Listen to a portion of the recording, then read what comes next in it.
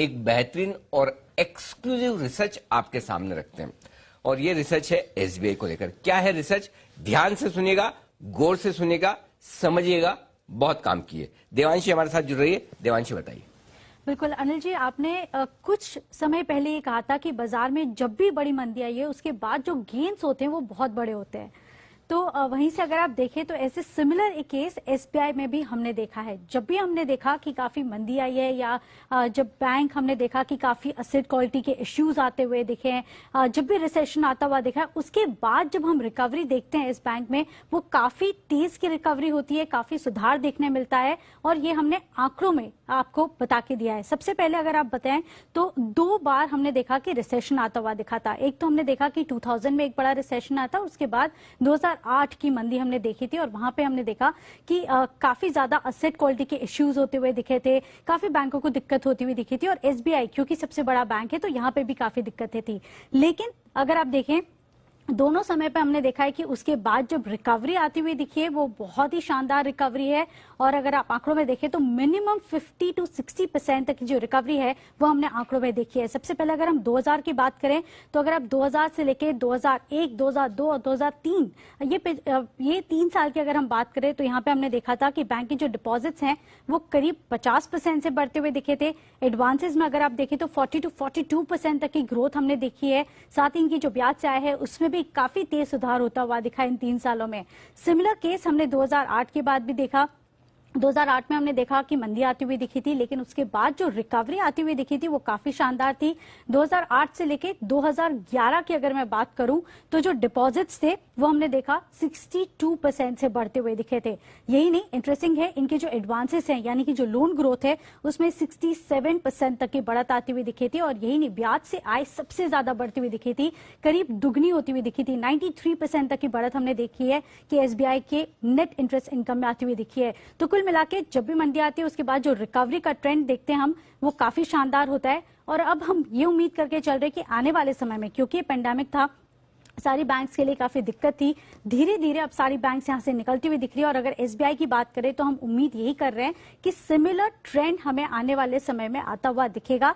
धीरे धीरे सारी एसेट क्वालिटी में सुधार देखने मिल रहा है, एनपीएल में रिकवरी आती हुई दिख रही है, डिपॉजिट्स बढ़ते हुए दिखेंगे। तो हमारी उम्मीद यही है कि आने वाले समय में इसकी री रेटिंग हो सकती है और छोटी नहीं बड़ी री रेटिंग की उम्मीद हम करके चल रहे हैं। डिपॉजिट्स इतने ज्यादा शानदार बढ़ते हुए दिखेंगे, मिनिमम 50% तक के जो डिपॉजिट्स हैं वो बढ़ते हुए दिख सकते हैं। लोन ग्रोथ धीरे धीरे हम देख रहे हैं कि काफी शानदार रिकवरी आती हुई दिख रही है, नंबर्स में ऑलरेडी हम देख रहे हैं।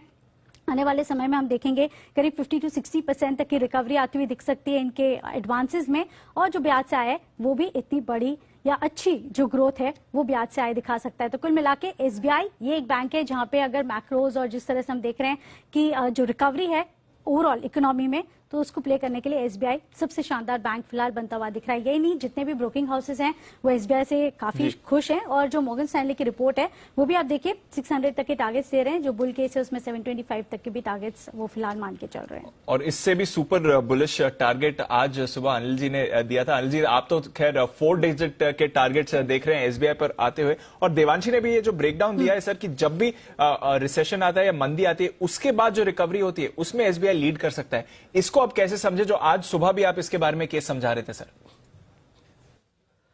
तो दीप है ना, ये जो मैंने 4 डिजिट के टारगेट दिए हैं उसको मैं बाद में रिवाइज भी करूंगा इतने ही कह सकता हूं 2 क्वार्टर के बाद में, अभी नहीं 2 क्वार्टर के बाद में। अगर देखिए 2003-04 में जो अर्निंग्स रिवीजन हुए थे जो 2007-08 तक चले थे, 2003-04 से 2007-08 तक कंपनियों की कमाई बेतहाशा बढ़ी थी। उसके शुरुआती वो ग्रीन शूट्स, पहले शुरुआत के संकेत जिसे कहते हैं कि वो अंकुर फूटने वाले को उसको ग्रीन शूट्स कहते हैं कि ऐसे दिख रहे हैं कि वापस से कंपनियों की कमाई जबरदस्त हो सकती है। 8 साल में सबसे बढ़िया तिमाही रही है हमारी ये वाली।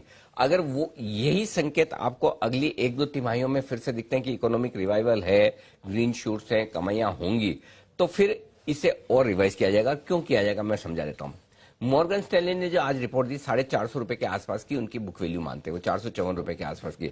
अब मुझे बताओ मॉर्गन स्टैनली 1.5 की बुक वैल्यू पर, 1.6 की बुक वैल्यू पर वो 765 रुपए का टारगेट दे रहा है। बेस्ट केस सिनेरियो में आराम से, जब आजकल पी मल्टीपल और बुक वैल्यू की री रेटिंग के मल्टीपल ही बदल रहे हैं, तो क्यों एसबीआई का नहीं बदलेगा? पहली चीज तो 1.6 का P price to book value ही क्यों? 2 तो आराम से मिले, 3 के बुक वैल्यू पर भी हमने बुल के सिनेरियो में एसबीआई को ट्रेड करते हुए देखा। तो अगर आज 450 रुपए की ईपीएस को अगर आप 2 गुना करें तो भी 900 रुपए का भाव तो आराम से होता है, और 3 गुना करें तो आप समझ लीजिए 1350 का भाव होता है। इसके लिए सिर्फ आपको क्या करना है, 2 क्वार्टर की अर्निंग्स देखनी है। क्या अगली 2 तिमाहियों में भी यही अर्निंग मोमेंटम एसबीआई का बरकरार रहता है? देखिए 2 तरह से पैसा बनेगा। एक इकोनॉमिक रिवाइवल से आपके लोन ग्रोथ आएगी और वो पैसा बनेगा। दूसरा, इकोनॉमिक रिवाइवल के साथ साथ एनपीए की रिकवरी आएगी, वो पैसा बनेगा। तो ये 2 चीजें ऐसी है जो एसबीआई की री रेटिंग कर सकती है, और एसबीआई के साथ साथ सारे सरकारी बैंकों की भी री रेटिंग कर सकती है। तो मुझे लगता है कि ये बड़े एक्शन के लिए स्टॉक तैयार होता हुआ दिख रहा है अगले 1-2 क्वार्टर देखने में। अनिल जी, अगर ऐसा हो गया वाकई में, तो अनिल जी सबसे ज्यादा दुआएं आपको म्यूचुअल फंड के निवेशक देंगे, क्योंकि देखिए म्यूचुअल फंड में जो अंडर परफॉर्मेंस हम देख रहे हैं वो स्टेट बैंक की वजह से ही थी। करेक्ट, क्योंकि बहुत सारी बड़ी स्कीम्स में स्टेट बैंक का बहुत बड़ा HDFC mutual fund, HDFC mutual. सबसे अब आप देखिए जो परफॉर्मेंस आ रही है तो एक बहुत बड़ा उसमें चेंज आएगा। एब्सोल्युटली। और सरकारी बैंक देखिए आप पूरे गेम चेंजर हो गए। बजट के दिन से जो हम लगातार कह रहे हैं कि सरकारी बैंक अब यही चलेंगे और यही बढ़ेंगे, तो बस इनको आराम से गिरावट में खरीदते रहें और लंबे समय के लिए लेकर बैठ जाएं शांति से। देखिए अनिल जी, देखिए स्टेट बैंक 1000 रुपए होगा ना, तो अनिल जी सबसे ज्यादा ट्रोलिंग भी आपकी होगी 1000 रुपए में। हाँ, क्योंकि देखिए अनिल जी, जो ट्रोलर है ना वो स्टेट बैंक नहीं लेगा, वो दूसरा बैंक लेगा। हाँ, सरकारी बैंक। हाँ, वो हिसाब लगाएगा कि स्टेट बैंक का डबल होने का बोला है, डबल से ऊपर, तो ये वाला बैंक भी होगा। तो ट्रोलर अनिल जी अपने तरीके से आपको अपना शेड ढूंढेगा और आपको ट्रोल करेगा।